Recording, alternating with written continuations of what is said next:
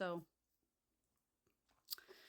what I've been talking about lately is knowing your worth. And so I wanted to talk about a relationship I was in. And this isn't me like talking about poor me. This is me trying to explain how the whole thing works when you don't know your worth.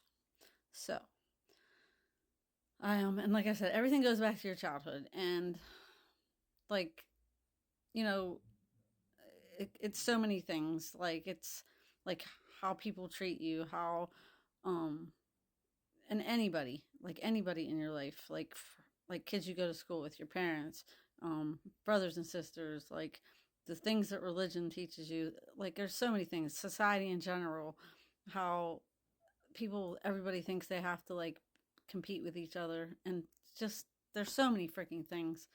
And but this is about a relationship I was in, and me not knowing my worth. So first of all, it happened very quickly, and I've learned now that sometimes when things happen quickly like that, like you get sucked in, and then sometimes it's hard to get back out. But anyway, so this particular relationship happened very quickly, and I did not know my worth. I know I didn't know my worth. Like this was after, like I actually like this is right whenever I quit doing drugs. And I tried. It took me a few years to get like through the whole drug thing. Like it was a few years of my life, and I'm glad it wasn't longer than that. Anyway, I got in this relationship, and I first of all it was somebody that I normally wouldn't even go out with. Like they weren't my type at all. And but there was something. Well, I was trying not to do drugs anymore, and this person used to do drugs, and I found out later that they actually were still doing drugs throughout the relationship, and I didn't know. I don't know how often they did it. He was also an alcoholic, but I he told me that he wouldn't let me fall, and I mean I know it wasn't him, but like it was like somebody that was went through the same thing as me, had similar kind of things happen to them, and like I don't know, I just felt like that it helped me in a way. And everything happens the way it's supposed to. But anyway, my point of this is that the first, like, I just remember one night us arguing, and I don't know, he would get drunk and just get real shitty and accuse me of stuff and say I was talking to other people or cheating on him or whatever. And I wasn't doing any of those things. And I mean, I was either with him or at work. So, I mean, I'm not sure how I would have done any of those things anyway. But that's not the point. The point is that this was probably the first time that we got into an argument. And all I know is that, like, he would get in my face and, like, in my face yelling at me. And the first time I was like, why are you doing this to me? I love you. And I'm crying. And he's just going on, and I'm sitting there and I'm crying and asking him to stop and this and that, and he won't stop. And like that was the time I should have freaking ended it right then and there. And there's no woulda, shoulda, couldas. Like everything happens the way it's supposed to. But that's where like I guess the awareness is that if someone is going to treat you like that, and yes, they're so sorry after, and they won't let it happen again, but then it happens again and again and again. Like if they're not willing to do the work to change that, they're going to keep doing it. And if you don't do the work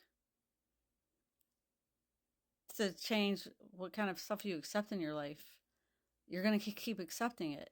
And part of me, I had to get through this. I'm also going to kind of go off. It's still with the same subject, but and then there's the guilt I felt because yes, I freaking, like, that happened for me because I know I will never, I am not doing that again.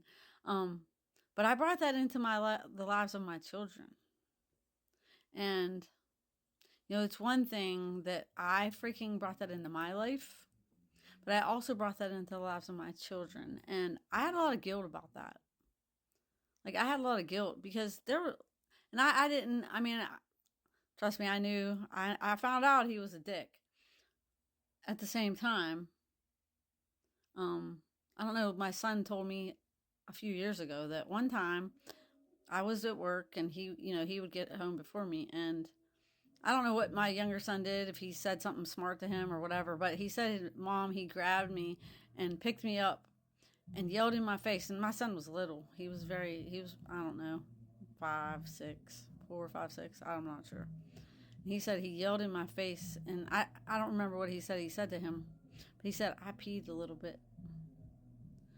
Like, it scared me that much. And, like, and the guilt I felt because I freaking let that happen. Like, and there was other times where my older son, like, it was the same thing. There would be an argument, and like, it was usually, and I guess he drank even when I didn't know he was drinking, but there would be an argument, and, like, I put up with that shit, and he would start arguing with me, and then, like, one of my kids would come down, and I remember he called me a whore or something one time, and which I'm not. And when my older son came down and said, "Don't call my mom that," and he, like, started, like, antagonizing my son, who was young, and I'm just like, but I so didn't know my worth, and I didn't like, I didn't like let, I didn't just sit there and let that happen. Like, I freaking interceded, but the point is that here's my kids, like, sticking up for me, which is cool, but they shouldn't have had to have done that. And I can't change it. Like, I can't change it. But my main point about this is that, to hope that people start seeing the red flags, and hope that people start seeing their worth and know that they don't have to put up with that shit. And there are people out there that like that. Like, and once you start working on yourself and realizing your worth, like, you're not going to keep putting up with that shit. You're not going to let that shit in your life because you don't need that shit in your life.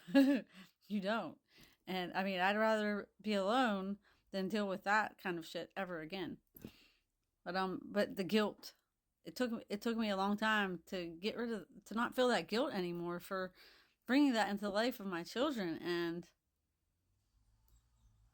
I, like, it still bothers me sometimes a little bit, and I talk to them about it, and I apologize, and I wish I could change it, but they know I can't, and all I can do is apologize and hope that they, whatever trauma they receive from this, that they do the work for themselves, because I can't do it for them. So that's the main thing, is doing the work. Do your healing, change yourself, because you can't change other people, or make better decisions. You learn to make better decisions for yourself once you realize that you don't freaking have to deal with shit like that. Like, that is not normal and is bullshit. And there are people out there that aren't like that. So, all right, everybody. Love, peace, stay tuned.